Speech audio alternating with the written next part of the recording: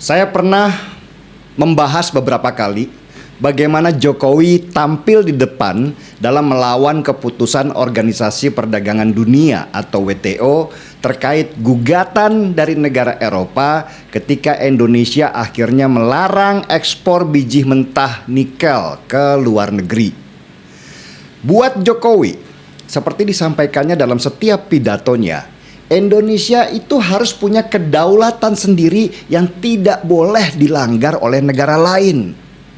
Bahkan bukan hanya itu, Jokowi juga mengajak banyak negara lain untuk ikut mempertahankan kedaulatan negaranya dalam bentuk apapun sehingga tidak mudah diintervensi oleh asing.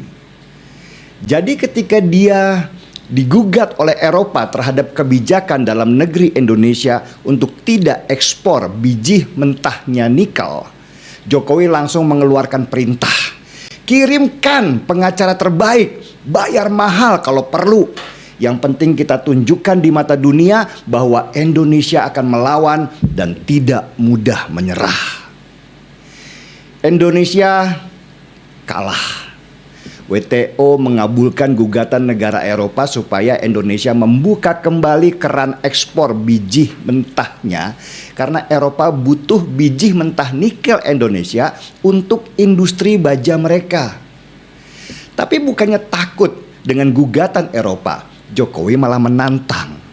Nikel kita sendiri, mau kita apain nikel kita, itu terserah kita. Negara lain itu nggak perlu ikut campur. Tapi meski begitu, Jokowi tetap melawan dengan hukum. Ajukan banding, katanya. Kita melawan sampai titik darah penghabisan. Memangnya kenapa sih nikel kita itu sampai diperebutkan oleh banyak negara? Saya coba ulangi lagi bahwa biji mentah nikel kita selama ini diekspor dalam kondisi mentah-mentah ke luar negeri. Biji mentah nikel kita kemudian diproses di Eropa sana dan dijual kembali dalam bentuk produk jadi seperti baja ke Indonesia, tentu dengan harga yang sangat tinggi. Indonesia itu cuma dapat hasil sekian persennya saja dari biji mentah nikel. Kecil banget karena kita tidak mampu memproses biji nikel mentah itu menjadi barang jadi. Akhirnya di masa Jokowi keluarlah peraturan baru bahwa nikel tidak boleh diekspor mentah-mentah.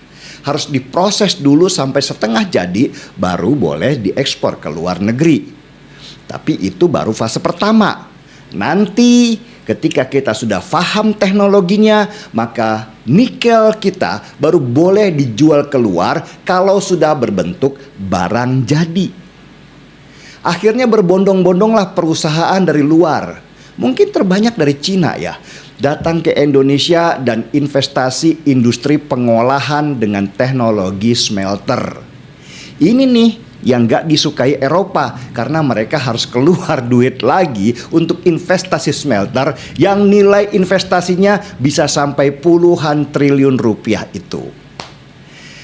Anda mau tahu berapa yang kita dapat dari hasil larangan ekspor biji nikel mentah yang dikeluarkan oleh Jokowi?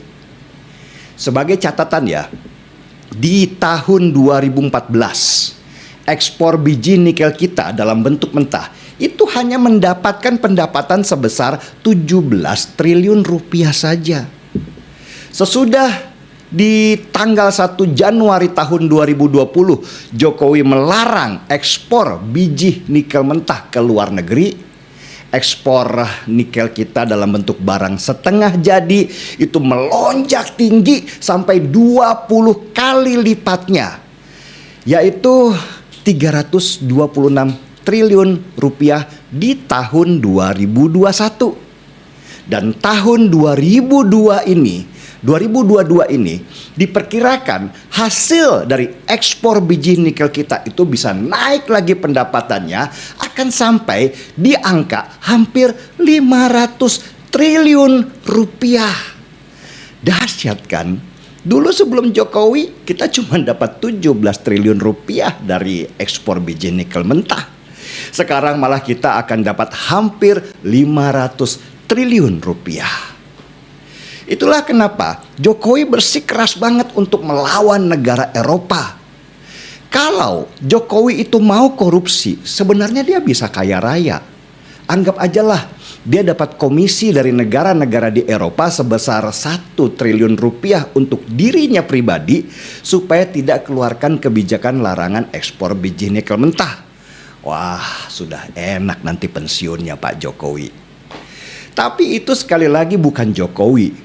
Buat dia, kesejahteraan rakyat dan kedaulatan negara adalah yang paling utama dibandingkan dengan kekayaan dirinya sendiri. Dan belum selesai di nikel, Jokowi keluarkan statement lagi. Tahun depan akan keluarkan larangan biji mentah bauksit. Eropa makin kacau lagi karena bauksit dibutuhkan negara mereka untuk industri aluminium. Jokowi kok digertak. Begitu kata seorang teman sambil ketawa waktu baca berita Eropa ngamuk-ngamuk ke Jokowi. Keberanian Jokowi ini membuat saya bangga sekaligus takut. Pola dari negara-negara kapitalis ketika mereka tidak dapat apa yang mereka inginkan dari sebuah negara, mereka bisa acak-acak negara itu sampai kudeta. Dan ini sudah terjadi di banyak negara di Timur Tengah sampai Afrika. Banyak pemimpin dunia jatuh karena tidak mau tunduk pada keinginan Eropa. Meski begitu, Jokowi ini pintar. Dia bukan presiden Ukraina yang begitu bodohnya memihak salah satu negara sehingga akhirnya mereka seperti pelanduk yang mati di tengah-tengah ketika 2 gajah besar bertarung.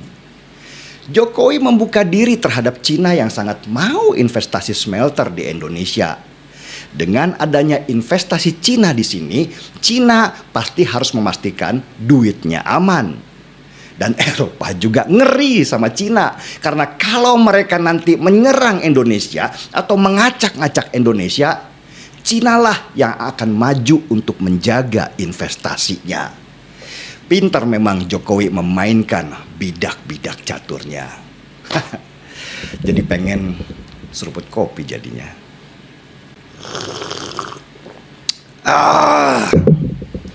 Maju terus Pak D. Jokowi. Saya dan sekian juta warga Indonesia berdiri di belakangmu untuk membela kedaulatan negara.